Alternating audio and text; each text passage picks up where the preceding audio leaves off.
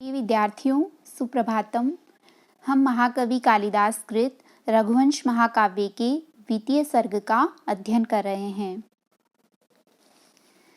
महाराज दिलीप की धर्मपत्नी सुदक्षिणा के रूप में पतिव्रता स्त्री का आदर्शवादी एवं मनोहारी चित्र प्रस्तुत करते महाकवि कालिदास प्रस्तुत पद्य में कहते हैं, वसिष्ठ धेनुरनुयायिनं त मावर्तमानं वनितावनान्तात् पपौ निमेषालसपक्ष्मपङ्क्ति रूपोषिताभ्यामिव लोचनाभ्याम्।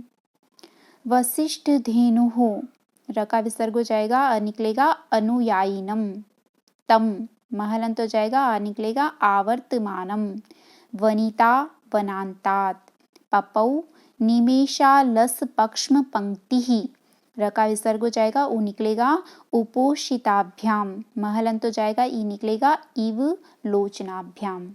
अन्वय है, वनिता निमेषालस पक्ष्म पंक्ति वसिष्ठ धेनुः अनुयायिनं वनान्तात् आवर्तमानं तम उपोषिताभ्याम इव लोचनाभ्याम पपौ।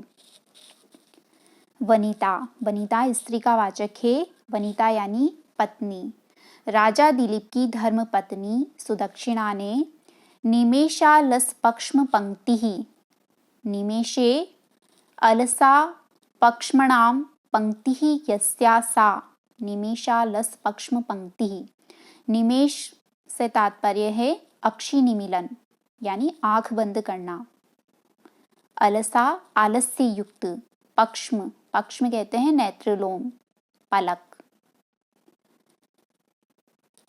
निमेषे आंख बंद करने में आलस्य युक्त है, अलसा आलस्य युक्त है, पक्ष्मणाम पंक्ति नेत्रलोम जिसके, आंख बंद करने में आलस्य युक्त है, पलके जिसकी ऐसी।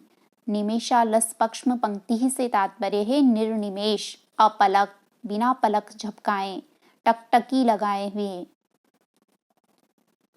वनिता राजा दिलीप की धर्मपत्नी सुदक्षिणा ने निमेषालस पक्ष्म पंक्ति निर्निमेष दृष्टि से अपलक वसिष्ठ धेनुः अनुयायिनम, वशिष्ठ धेनुः महर्षि वशिष्ठ की गाय नंदिनी के अनुयायिनम अनुयायी, पीछे पीछे चलने वाले। वनांतात आवर्तमानम, वनांतात वन के अंत से, अरण्य के प्रांत भाग से, आवर्तमानम लौटते हुए, तम उसे, उस राजा दिलीप को, उपोषिताभ्याम इव लोचनाभ्याम, इव यहाँ पर उत्प्रेक्षावाचक है, मानो उपोषिताभ्याम उपवास किए हुए, लोचनाभ्याम, लोचन यानी नेत्र, नेत्रों से, पपौ पी लिया, नेत्रों से पीना यानी देखना, तृष्णापूर्वक देखना। वनिता राजा दिलीप की धर्मपत्नी सुदक्षिणा ने निमेषालस पक्ष्म पंक्ति, निमेषालस पक्ष्म पंक्ति निर्निमेष दृष्टि से, बिना पलक झपकाए, वशिष्ठ धेनुः अनुयायिनम, महर्षि वशिष्ठ की धेनु यानी गाय, महर्षि वशिष्ठ की गाय है नंदिनी गाय, नंदिनी गाय का अनुयायिनम, अनुयायी यानी अनुसरण करने वाले, उसके पीछे पीछे चलने वाले राजा दिलीप को, वनांतात आवर्तमानम, और वन के प्रांत भाग से लौटते हुए, तम उसे, उस राजा दिलीप को, वशिष्ठ धेनु अनुयायिनम और वनांतात आवर्तमानम दोनों राजा दिलीप के तम के विशेषण हैं।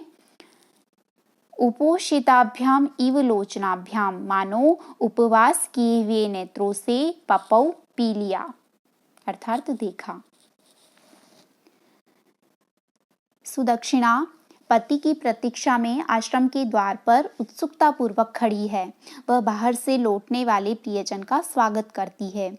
वह उसको अपलक और प्यासे नेत्रों से इस प्रकार देखती है मानो उसे आंखों से ही पी जाना चाहती है। इस प्रकार प्रस्तुत पद्य में उत्प्रेक्षा अलंकार और साथ ही अनुप्रास अलंकार का भी मनोरम प्रयोग हुआ है। प्रस्तुत पद्य उपजाति छंद में निर्मित है।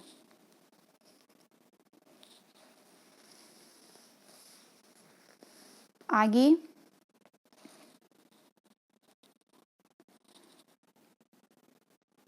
पुरस्कृतावर्त्मनि पार्थिवेन प्रत्युद्गता पार्थिवधर्मपत्न्या तदन्तरे सा वीरराजधेनुर्दिनक्षपामध्यगतीव सन्ध्या।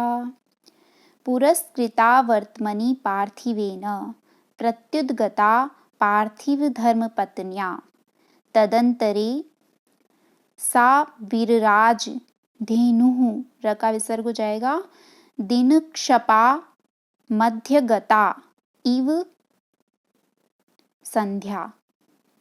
अन्वय है वर्तमनि पार्थिवेन पुरस्कृता पार्थिव धर्म पत्न्या प्रत्युद्गता साधेनु तदंतरे दिनक्षपा मध्यगता संध्या इव वीरराज। वर्तमनि, वर्तमान शब्द मार्ग का वाचक है। वर्तमान शब्द की सप्तमी का एक वचन है वर्तमनि। वर्तमनि यानी मार्ग में। पार्थिवेन, पृथ्वी से अण प्रत्यय होकर पार्थिव बनता है। पार्थिव यानी पृथ्वीपति, राजा। पार्थिवेन राजा के द्वारा, राजा दिलीप के द्वारा पुरस्कृता, पुरस्कृता आगे की हुई। वर्तमनि मार्ग में पार्थिवेन राजा दिलीप के द्वारा पुरस्कृता आगे की गई पार्थिव धर्मपत्न्या प्रत्युद्गता। पार्थिव धर्मपत्न्या, पार्थिव यानी राजा, राजा की धर्मपत्नी, राजा दिलीप की धर्मपत्नी सुदक्षिणा द्वारा प्रत्युद्गता, प्रत्युद्गता आगे बढ़कर स्वागत की गई। साधेनु, वह धेनु, वह गाय, वह नंदिनी नामक गाय। तदंतरे, तदंतरे उन दोनों के बीच में, उन दोनों दिलीप और सुदक्षिणा के बीच में दिनक्षपा मध्यगता संध्या इव वीरराज।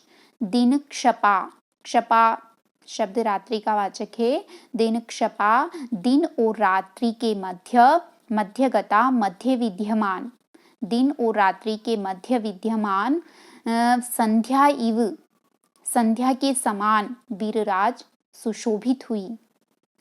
वर्तमनि मार्ग में पार्थिवेन पुरस्कृता, पार्थिवेन पृथ्वीपति राजा दिलीप के द्वारा पुरस्कृता, पुरः यानी आगे, कृता की गई, पुरस्कृता आगे की गई पार्थिव धर्मपत्न्या प्रत्युद्गता। पार्थिव धर्मपत्न्या राजा दिलीप की धर्मपत्नी सुदक्षिणा के द्वारा प्रत्युद्गता, प्रत्युद्गता यानी आगे बढ़कर स्वागत की गई। साधेनु, वह नंदिनी नामक गाय। तदंतरे उन दोनों दिलीप और सुदक्षिणा के बीच में दिनक्षपा मध्यगता संध्या इव, दिनक्षपा दिन और रात्रि के, मध्यगता मध्य विद्यमान, संध्या इव संध्या के समान वीरराज सुशोभित हुई। गो सेवा इत्यादि आश्रम के धार्मिक कार्यों में अपने पति दिलीप के साथ सहभागिता सुदक्षिणा के धर्म पत्नीत्व का द्योतक है।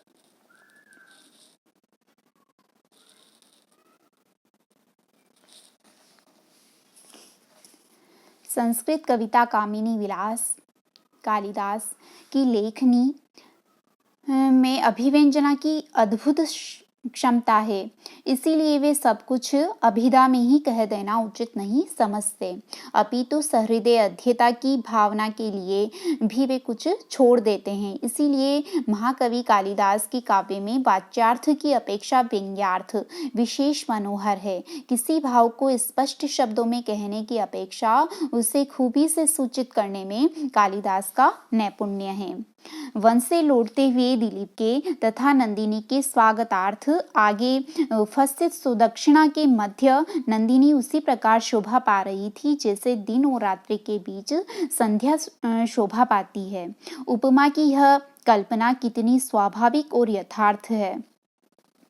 राजा दिलीप को दिन, सुदक्षिणा को रात्रि और नंदिनी गाय को संध्या से उपमित करते हुए महाकवि कालिदास लिंग, वर्ण आदि के औचित्य की रक्षा करते हैं। तेजस्वी राजा में पुरुषत्व के कारण दिन, सुदक्षिणा में स्त्रीत्व के कारण रात्रि और गाय में ईषद रक्त वर्ण के कारण संध्या की सहज कल्पना की है। सुदक्षिणा को रात्रि बतलाकर महाकवि कालिदास उसकी निःसंतानता की ओर भी मधुर संकेत करते हैं। रात्रि काली अर्थात अंधकार पूर्ण होती है। सुदक्षिणा में संतानहीनता का दोष है, जिसके कारण उस कुल का भविष्य अंधकार में ही था। भारतीय संस्कृति में वंध्या स्त्री कुलघातिनी मानी गई है। अतः सुदक्षिणा की रात्रि के साथ उपमा का औचित्य स्पष्ट है। संध्या का समय पवित्र होता है, उसमें पाप क्षय की क्षमता होती है। वह चंद्र और सूर्य को प्रस्तुत कर अंधकार का निवारण करती है। यहाँ नंदिनी राजा दिलीप और रानी सुदक्षिणा की आशाओं का केंद्र है। वही उन्हें पुत्रवती होने का वरदान देकर कुल वृद्धि कर अंधकार का विनाश कर सकती है। साथ ही राजा के द्वारा पूर्व में इसकी मां कामधेनु के प्रति किए गए अपराध रूपी पाप का विनाश कर सकती है। इस प्रकार नंदिनी गाय की संध्या से उपमा अत्यंत सार्थक है। कालिदास प्रदत्त रघुवंश की यह उपमा सृष्टि पदार्थीय उपमाओं में सर्वाधिक प्रशस्त है।